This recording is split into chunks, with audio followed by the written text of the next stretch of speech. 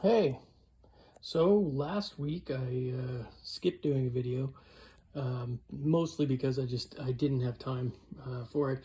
Some of the stuff I got last week is already sold, but I still have some things that I included in this week's video of basically just the stuff I've come up with this week, digging around all over Southern Ontario, and so yeah, I think we'll start off with almost one of my favorite finds of the week is this metal Niagara Dry ginger ale sign.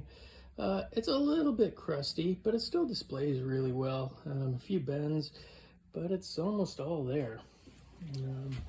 Can't find a maker on it.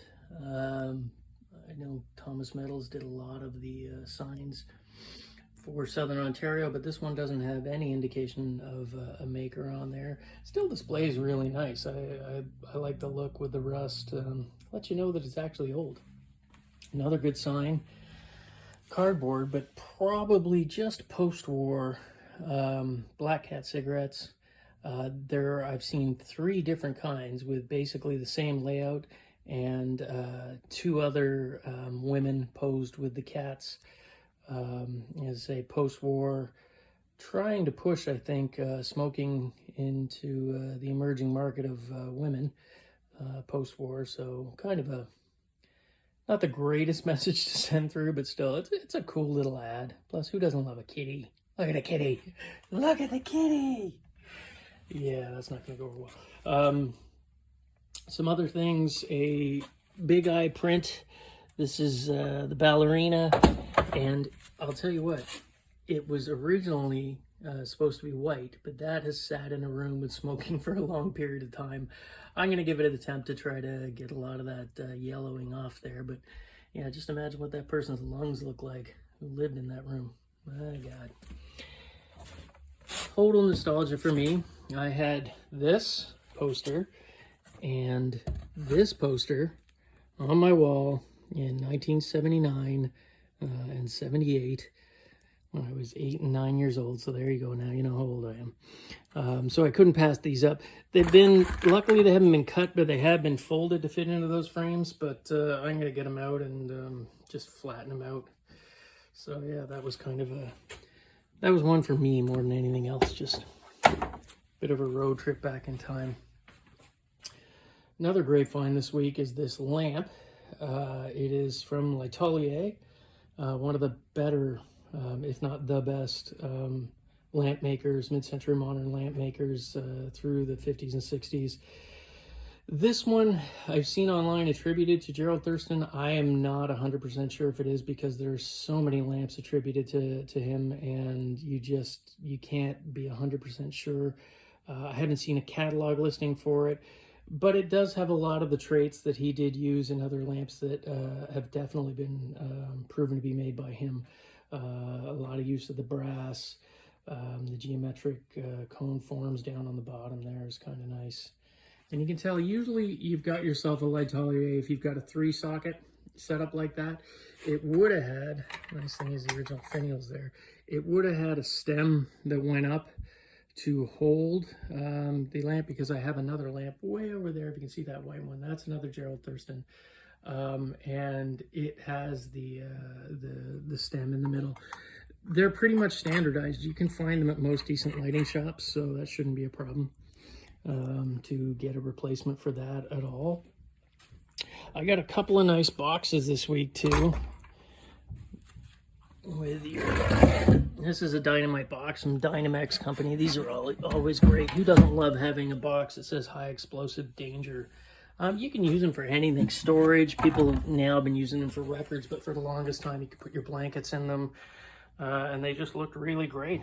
A couple more that I picked up. This one, somebody has taken the time and refinished it already, and it says, from what I can tell, Z or Z, Pattison. I think it says SB2 87 Canon, Hamilton. No idea, but at least there's a nice Hamilton connection on there. It is old, but somebody has refinished it, which is, again, for a decorator piece, that's probably what most of these will end up doing. Put that one over there. And this is a great one. You can see it here. Sorry about the shaky camera roll. Smith Corona typewriter box. So this would have been the shipping box that your Smith Corona typewriter would have come in. Oh, look at that. Great graphics, great writing. There you go. Awesome construction on that. Look at that. That thing is super heavy duty. It probably, you can see the handles are at the bottom, so it probably was shipped with a bottom piece on it. But these are, again, amazing for storage. Multiple uses you can use these kind of things for. What else we got? Oh, yeah, so I went to the Goodwill Bins, and for those of you who don't know what that is, it's essentially an outlet store for the Goodwill store, thrift stores in Ontario. Essentially, they send all of their leftover stuff that didn't sell to that location. And that location also gets fresh donations as well, raw donations.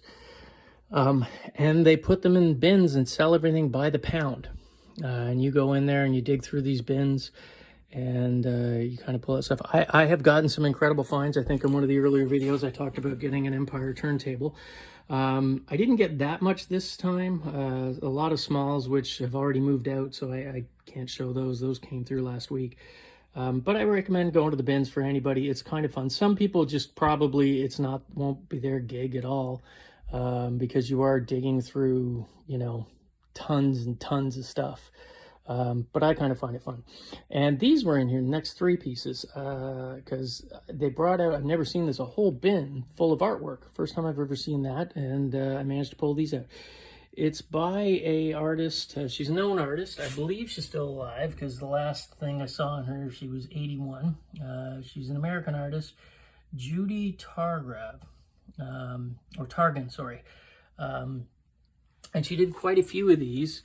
I haven't actually seen any of her numbered signed prints, because that's what this is. This is Lemon Grove, number 29 of 200, and it's pencil signed by her. Nice bit of embossing on there with the lemons. It's actually quite a beautiful piece, and I believe the frame's original with the yellow around it. She actually did posters in the, I think it was for the 1977, that showed similar works like this, that was for a gallery showing that she had in New York. I've seen those posters, but this is the first time I've come across the artwork. And this is kind of a nice one. This is Lime Tree. Again, kind of hard to see. Really beautiful, minimalist, numbered and hand signed. And AP usually stands for artist print, so this would have been for her to check to see the printing was right before they did the run. Just really nice pieces, and again, shocked to find them in the bins.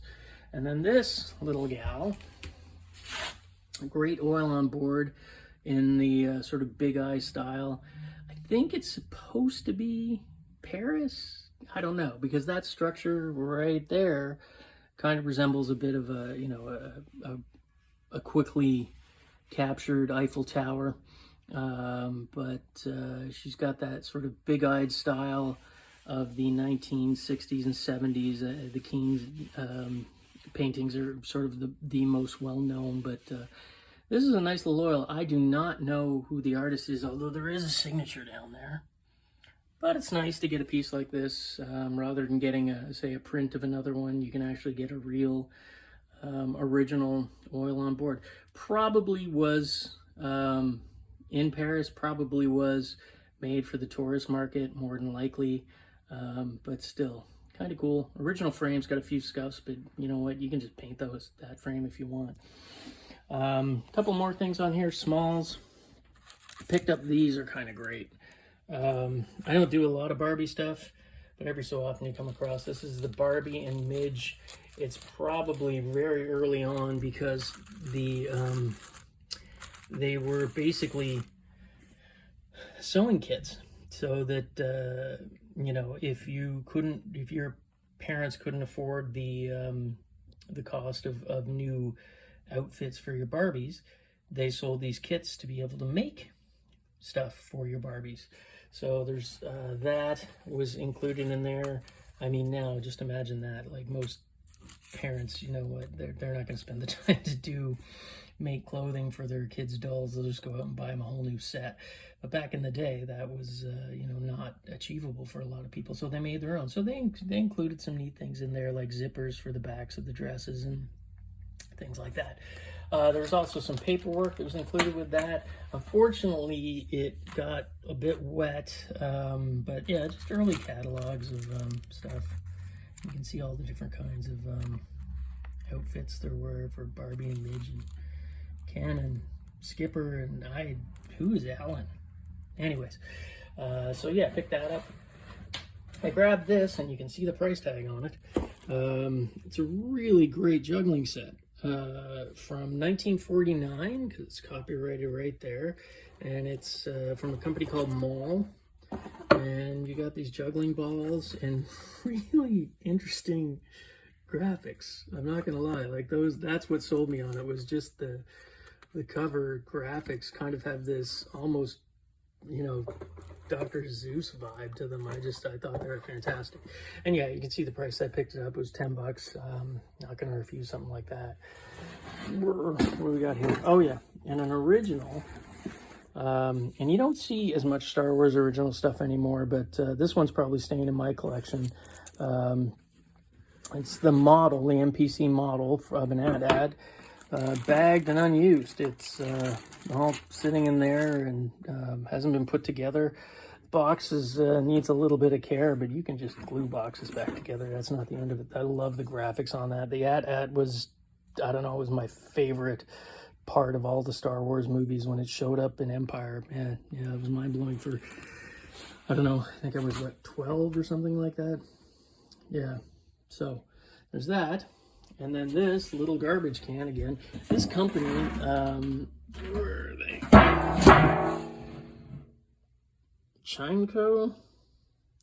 They made all these 10 little garbage cans. And I've seen superheroes, like I have a Spider-Man one, a Superman one. I've seen Incredible Hulk. But this one is really great, just with those really mod flowers on there. Bright pattern, looks fantastic. Couldn't pass that up. I bought a ton of records this weekend too, that are just sitting in the back. I've got to go through them. I didn't bother bringing those out, but somebody threw in all these 45s. The things, I can't even remember the name of them now, but the things that go in the holes in the 45s for you to be able to play them. So yeah, kind of cool that she just threw those in when I bought all the records. We're getting near the end now. Picked up a Nintendo 64. Don't know if it works, but all the cords are there. There's a controller there. And you know what? I'll take the risk on it. It's just a little bit dusty. Needs to be cleaned up. Even if not, you know what? The controller is something that's always saleable if not. But don't pass up old game systems, obviously. Working or not. Pick them up because you can sell them as part lots. This 64, even not working, is selling for $40, $50 on eBay.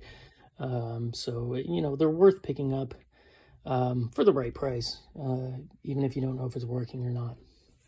Here's another thing that, again, don't know anything about. The person who I bought it off told me that they did get it out west at a gift shop. It's a cedar plank. It's an amazing carving. I don't know if it's from an indigenous artist necessarily, because the person's name is down here. And it says Thunderbird and Bear. And I think it's R. Thomas, 1985. Assuming that's what that is. And the person did say that they got it at a craft shop that sold indigenous artwork. It is a cedar redwood plank, and the carving is actually really, really well done. So I wouldn't be surprised if it was a native artist, an original indigenous artist. I have to do more research, but look at that, like the skill and the iconography is incredible. Like just beautiful, beautiful work overall. So yeah, pick that up. A couple more Italian genie bottles, I guess, is what they're being made of. That's got it's a matching pair. They're not as tall as some of the other ones, but it's nice they have their original stoppers. Both have made in Italy on the bottom, and this one has the foil tag as well. And then my favorite find, I think, for the whole weekend are these. A pair, well, not a pair, but a set of chair, armchair, and sofa by the R. Huber Company of Canada. They did a lot of work in the 60s and 70s, and the people I bought this off had told me that that basically it had been bought by their grandfather in the late 60s, early 70s sometime, and it had just stayed in that family. And then finally they just didn't want to move it around anymore. Teak wood around the top and back there, you can see a teak frame down below. The nice thing about this is the upholstery is pretty much immaculate. There's no stains, there's no pulls that I can see. The cushions are nice and soft still. The springs underneath it aren't shot out. Usually you find these things and then they need to be reupholstered, or the bottoms are blown out of them. The only issue I can see with this one is that front piece of wood across there should be teak. I don't know if somebody's painted it or they've replaced it with another piece of wood, maybe the old one. Yeah, there are cloth labels on it somewhere. Let's see if I can find them. Right away, look at that first shot. So there it is there. R. Huber & Co. Great pieces. There's a foil label on the chair, but I'm not going to turn that over. But just great pieces of sort of late mid-century modernist chairs. Their scoop chairs are obviously their most popular piece, but those prices have just gone absolutely ridiculous for any of the original scoops. And now these ones are starting to go up. So if you see a set like this, don't pass it by. I know it's big pieces, and if you look at the store, it's taking up a lot of real estate. But they are in demand right now. The scoop chairs have gone absolutely crazy in the last year or two. And because of that, all Huber pieces have sort of elevated in price as well. So worth your while picking it up. These ones I hummed and hawed about keeping for myself. I still might. I don't know. We'll see how things go in terms of space is the biggest thing for me. So yeah, that's it for the sort of the last week or two. There were things that I said I brought in that I've already sold, and I didn't get a chance to do a video beforehand, but they were sort of smaller things. But yeah, that's it for this week. If you guys can have any comments about anything, just put them right there in the comment section. And I will do the thing that every YouTube person does. If you can like this video and maybe subscribe to the channel, recommend it to some friends. I'd like it to grow just a little bit. I'm getting good feedback from people, which is kind of nice. I appreciate it. And yeah, so I'll probably keep doing it. Maybe a video, try to do a video a week, but knowing me, and I'm not the most motivated person, it'll probably be every couple of weeks, but you never know. All right, hope you're all having a good day. Cheers.